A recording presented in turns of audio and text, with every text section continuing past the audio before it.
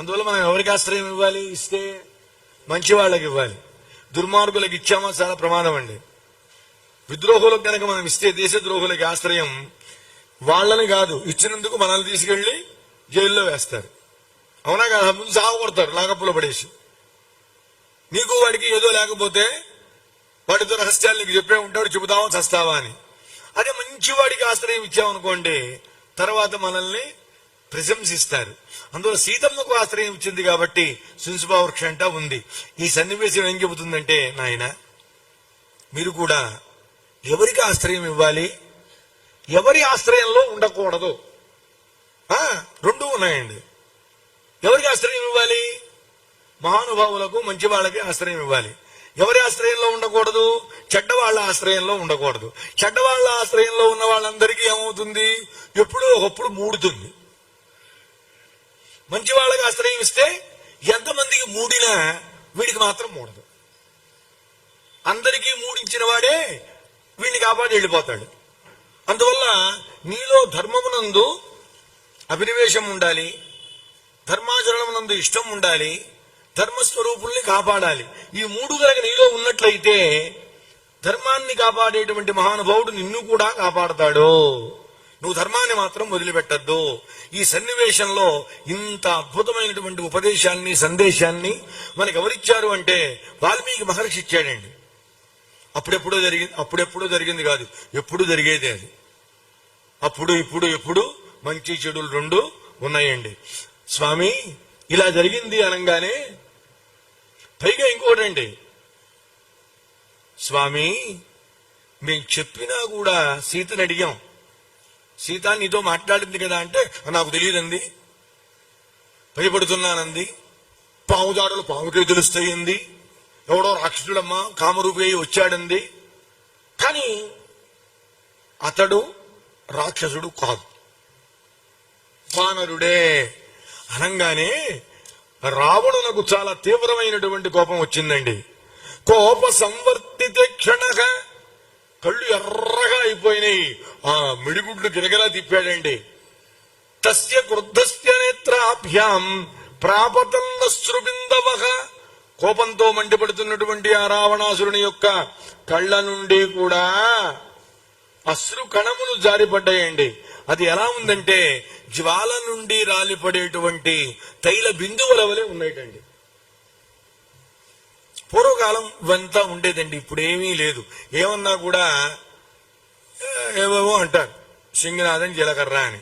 సింగనాదం కాదు, శృంగనాదం. శృంగం అంటే కొమ్ము అండి. పూర్వం కొమ్ము బూరాలు ఊదేవాళ్ళు. జీలకర్ర వ్యాపారస్తులు వచ్చి పూర్వం ఈ కాలువలో పడవల్లో తీసుకొచ్చేవాళ్ళు, వచ్చి ఊదేవాళ్ళు. శృంగనాదం.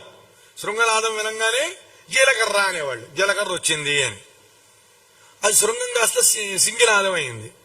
ఏమిటి సింగి? కొన్ని పదాలు చాలా గమ్మత్తుగా ఉంటాయి. ఇవన్నీ పూర్వం, ఇప్పుడేం లేవండి. ఇప్పుడు ఎవరో అడుక్కునేవాళ్ళు రావడంలో ఏమీ లేదు, వాళ్ళు ఫ్యాషన్ అయిపోయిందండి. 50 ఉంటే ఇస్తారా సార్? ఓ 50 ఎందుకు ఇవ్వాలి బాబు? ధర్మం చేయండి, దానం చేయండి, అది పోయింది.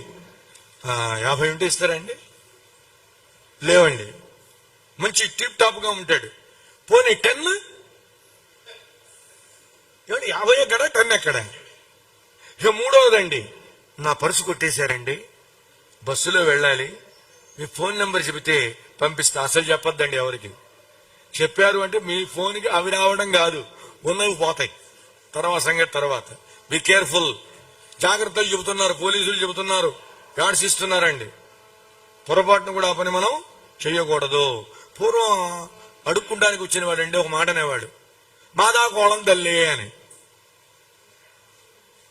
నాకు ఊర్తది మా చిన్నతనాల్లో 15-20 ఏళ్ల లోపల అనేవాళ్ళు. మాదా గోళం కాదండి, అదొక గందరగోళం. మాతా కబళం తల్లి. అమ్మా కబళం అంటే ముద్ద. చాలా ధర్మంగా అడిగేవాడండి వాడు. ఒక ముద్ద వెయ్యి, అంత ముద్ద వేయండి చాలు, వెళ్ళిపోయేవాడు. అమ్మ పచ్చడి ఏమన్నా ఉందా అనేవాళ్ళు, పచ్చడి వేసేవాళ్ళు, వెళ్ళిపోయేవాళ్ళండి, అంతే. అదేమిటి? మాతా కబళం తల్లి. తల్లి అక్కల రెండు, ఒకసారి సంస్కృతంలో ఒకసారి తెలుగులో, అర్థం కాదేమో అని అన్నారు. మాతా కబళం. మాతా కబళం ఏమైంది? మాతా గోళం అయింది. శృంగనాదం ఏమైంది? సింగినాదం అయింది. ఇంకా భవిష్యత్తులో ఏమవుతాయో అనే భయోత్పాదం కూడా నాకుంది. పైగా ఇంకొకటండి, ఏ నాబోటి వాళ్ళు చెప్పారనుకోండి ఇది కాదు అని, చల్లగారు అట్టగే చెబుతారు, ఆయనకి లేటెస్ట్ గా వచ్చినవంటే ఇష్టం లేదు, నీ లేటెస్ట్ తగలయ్యా, ఇదేం లేటెస్ట్ రా బాబు, తప్పుడు మాట్లాడి లేటెస్ట్ అంటావేమిట్రా? వినండి, మా నాన్నగారు కొన్ని విషయాల్లో చాలా ఖరాఖండిగా ఉండేవారండి. ఆయన ఎంత సౌజన్యంగా ఉండేవారో, సర్వసులభంగా ఉండేవారో, తేడా గనక మాట్లాడితే అంత ఉగ్రరూప స్వరూపం ధరించేవాడు. ఆయనకు ఓ పేరు పెట్టారు, ఆచార్యుల గారికి లౌక్యం తెలియదు అని. రామాయణాన్ని గాని రాముణ్ణి గాని పల్లెత్తు మాట అన్నాడా వాడు చచ్చాడు. వెళ్ళేవాడు సెలవు పెట్టైనా కాలేజీకి అవసరమైతే ముందు విషయం తేలాలంటాడు. అలా నిలబడేవాళ్ళండి పూర్వం. ఇప్పుడు ఎవరిని ఏమన్నా వాడి మనోభిప్రాయం అది, వీడి మనోభిప్రాయం ఇది, వాడి అభిప్రాయం అది అనుకుంటూ పోతున్నారు. మా అభిప్రాయం అని చెప్పి నిన్ను గాని మీ అమ్మగారిని గాని ఏదన్నా అంటే ఊరుకుంటావా? ఊరుకోవచ్చా? కనీసం కొట్టలేకపోయినా నోరారు తిట్టు.